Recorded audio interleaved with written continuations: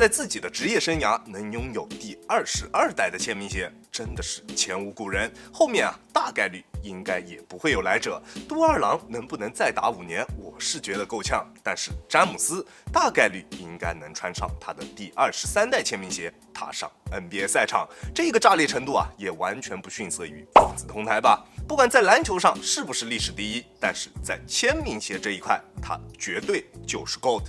詹杜库的签名鞋是现在市面上为数不多的专为球星打法量身定制的签名鞋。如果你的打法跟詹姆斯比较像，那你就可以去选择詹姆斯的签名鞋。同理，如果你的打法跟杜兰特或者库里比较相似，那也可以去选择他们俩的签名鞋。这一点算是老牌球星签名鞋的优势。你看看现在其他那一些新生代的球星，像什么字母哥塔图姆他们的签名鞋就是非常典型的给团队鞋安上签名鞋名头的鞋款。而我们今天的主角这一双詹姆斯的第22代，同样是一双非常适合打法跟詹姆斯接近的球员去进行选择的篮球鞋。跟上一代几乎相同的配置，前掌 Zoom Turbo， 后掌一块大马蹄，扎实的内部填充加上高强度的鞋面，整一双鞋给到我的第一感觉就是跟詹姆斯一样，非常扎实，非常强硬。但是强硬的代价就是重量，单只 42.5 码的重量在425克左右，对于小体重的球员或者是体力相对较差的球员来说，会是一个不小的负担。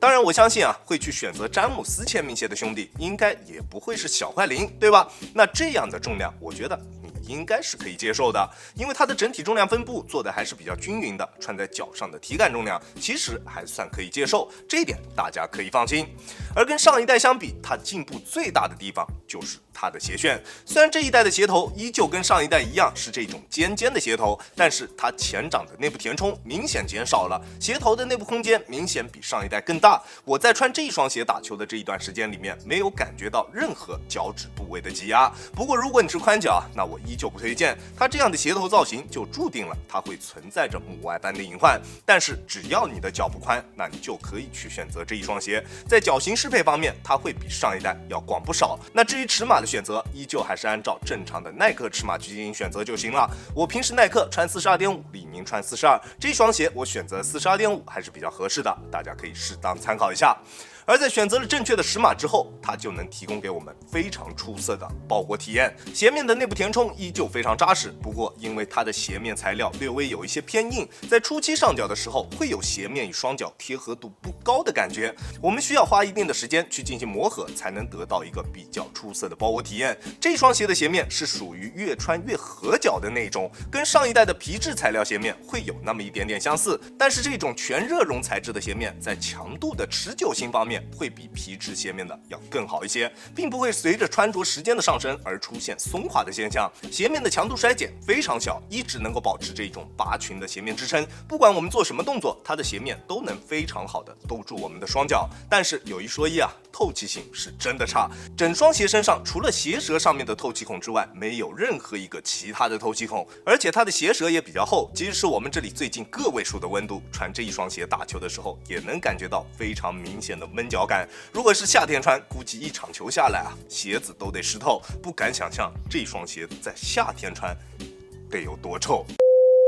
除了这一点之外，它的鞋面在舒适度方面还有一点点小小的问题，因为鞋面的强度比较高，在前期穿着的时候，鞋面会有一点点弯折点卡脚的问题。不过这一点在磨合之后就不会再出现了。但是它内侧鞋帮处的鞋面，在我们变向的时候会有比较明显的顶脚踝的问题，并且在我这一段时间的磨合下来，也没有出现任何的好转。虽然对于实战没有太大的影响，但是我觉得大家还是有必要了解一下的，好吧 ？OK， 除了这两个问题之外，它的鞋面在包裹、锁定以及强度方面都有着非常不错的表现。在我们做一些大幅度变向或者是对抗蹬地动作的时候，双脚在鞋内不会出现位移，在急停急起的时候也完全不会出现顶脚趾或者是掉跟的现象，非常棒。这一代的中底在上一代的基础上也进行了明显的升级，虽然在配置方面没有什么太大的变化，但是这一次这一双詹姆斯22代的中底缓震材料几乎进行了全方位的包围加固，这样做就让这一双鞋的中底性能在很多方面都得到了提升。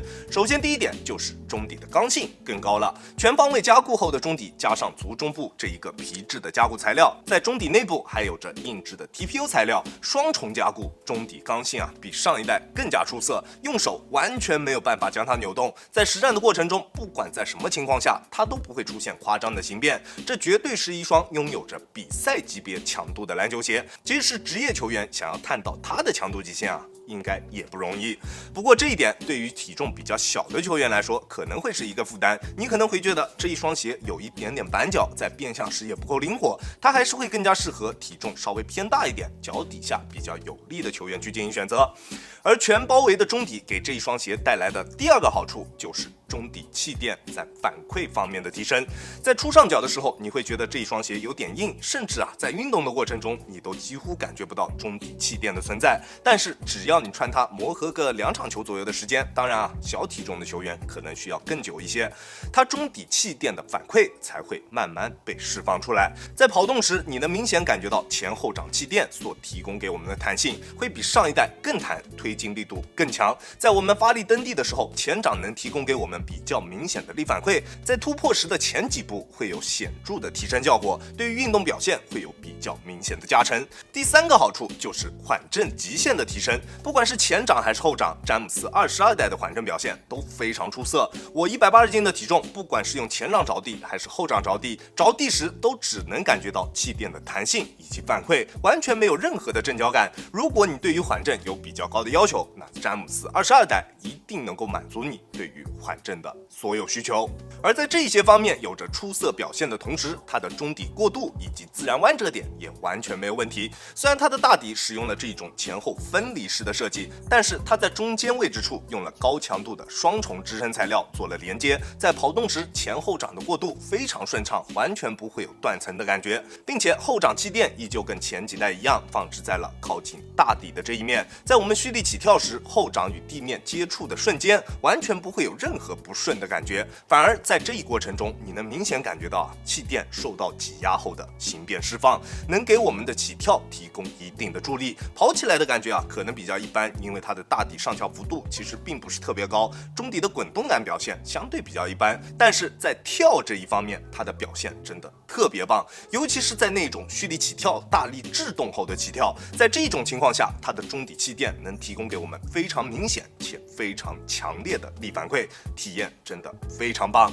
但是中底过高的强度让它失去了比较多的灵活性，它的前掌不是那么容易去弯折，所以如果你是那种节奏流打法的球员，喜欢原地炒菜，那这一双鞋一定不会喜欢。至于它的大底表现，依旧是属于一个中规中矩的水平，抓地出色，并且不是特别容易吸灰，在有灰尘的场地上也能正常实战。不过它的大底相交硬度略微有一些偏软，虽然深度还算不错，但是要用来打外场还是会有一些够呛。这一代我还是更加推荐大家只在室内的木地板上面使用，好吧？这双鞋我觉得它更像是正代和战士系列的一个结合体。在战士系列取消掉之后，有很多这一个系列的忠实粉丝一直反馈找不到适合自己的鞋款，而这一次的詹姆斯22代很有可能会是你的新欢。超高的整体强度、出色的保护性、拔群的缓震，还有着优秀的中底反馈，这都是以前战士系列所带给我们的感觉。但是它跟战士系列相比，有着更好的配置、更高级的用料，不过也同样有着更高的定价。但是近2年詹姆斯的正代鞋款在后期2级市场上面的售价都是比较便宜的，像LeBron 21现在的价格只需要400左右就能入手。如果这双鞋后期的价格也能降到这个价位段，那我建议所有打法暴力且有一定体重基础的兄弟都去入手一双，你一定不会失望。OK， 这就是本期视频的全部内容了。再次感谢大家观看本期的亚当球鞋。如果你觉得我的视频还有点意思，欢迎大家在各大平台搜索亚当球鞋找到我，记得要点击关注哦，这会对我有非常大的帮助。好了，那我们下期视频再见吧，大家有空来做 ，Peace。